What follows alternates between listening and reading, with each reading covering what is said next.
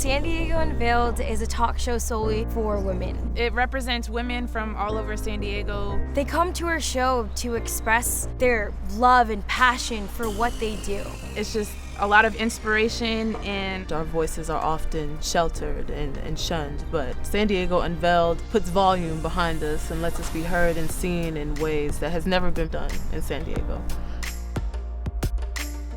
Good evening and welcome to San Diego Unveiled. I'm your host, Janesha Gagas.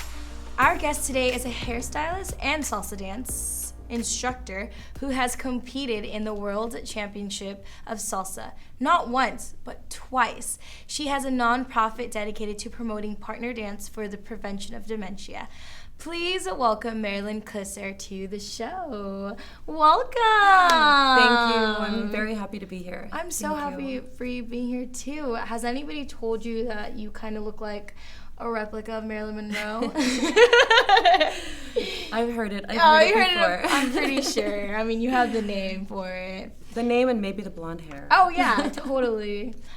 So tell me about the background of being a hairstylist and how it's a mixture of your salsa dancing. Well, I started school for hairstyling at Paul Mitchell in downtown San Diego in 2009. Nice. And I ended up finally completing everything, getting my license in 2012, and I started working in Coronado, the gorgeous island in San Diego, off of San Diego. I love it. I've been working there for about 4 years in a hair salon. I've been in a couple of different salons, and the one I'm at now, I just absolutely love it. It's Stella Blue Salon. Oh, wow. And it's a great atmosphere. It's very airy. There's a lot of ventilation. The music is amazing. It's a great location. It's a gorgeous location. Oh, yeah. Every day on my drive to work, I'm like, it's zen. Yeah. To and from work. The view of downtown San Diego and the bridge, it's gorgeous. Oh, that's awesome. That's Mm-hmm. cool. So how did salsa dancing come about? Salsa dancing, well, I've done ballet my entire life. I'm sorry, not my entire life. I've done dance pretty much my entire life. Mm-hmm. But I took ballet from 3 until about 16 years old. Oh, wow. And I became a flight attendant for United Airlines at 21 years old, or 22. And I moved to San Francisco. I was working a flight to London. And one of my coworkers and we just started chit-chatting about dance and our love for ballet. And we became friends. She ended up inviting me to a salsa class, and I was absolutely hooked after the first one. I loved it.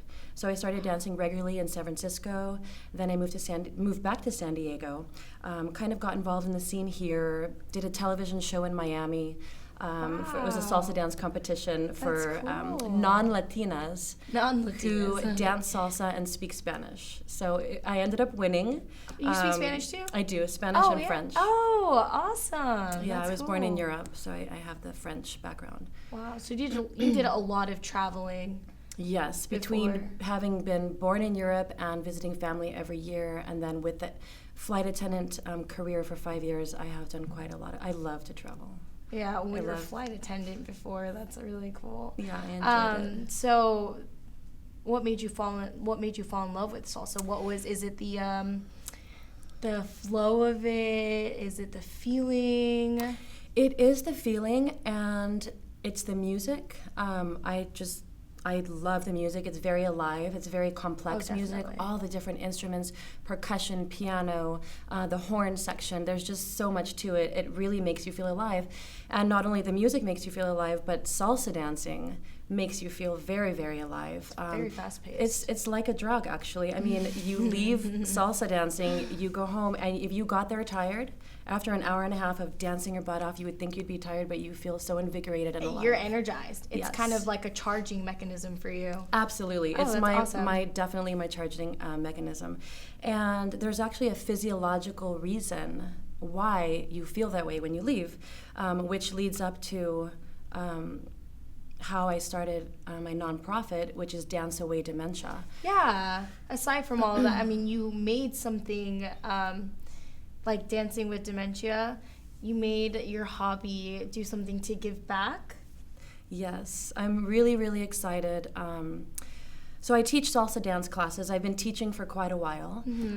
Currently, I teach 3 times a month in San Diego, one in Del Mar at the Fairmount Grand Del Mar Hotel. Oh, wow. There's a Club M, which is gorgeous, great food, great guests, great atmosphere. It's really nice, a live band and everything. And then my other class is at Candela's in Coronado. So I teach at those 2 places for now. I was getting ready for an interview with the Coronado newspaper, and I was trying to decide what to convey, like what message did I want to convey and give. So I started thinking about why I love salsa dancing, why I love teaching, and then I remembered that for 5 years or so now, I've been saying at the beginning of my classes that dancing delays dementia. I'll say not only is it fun for your body and it's an amazing workout, but it actually delays dementia. I had read it in an article. So I brushed up on that article and I started seeing all these reports in the New England Journal of Medicine, Stanford University, a lot of different articles and reports about how partner dancing reduces the risk of dementia. And what happens is when you're dancing with another person, you're not only having to pay attention to the music and the dance floor and the people around you, but you're having to react and adapt to your partner. And your brain is doing something which is called rapid fire decision making. And the rapid fire decision making activates this part in your brain. It's just like crazy activating the brain, and it regenerates neural pathways in the brain. So neural pathways are what conveys information to different parts of your brain.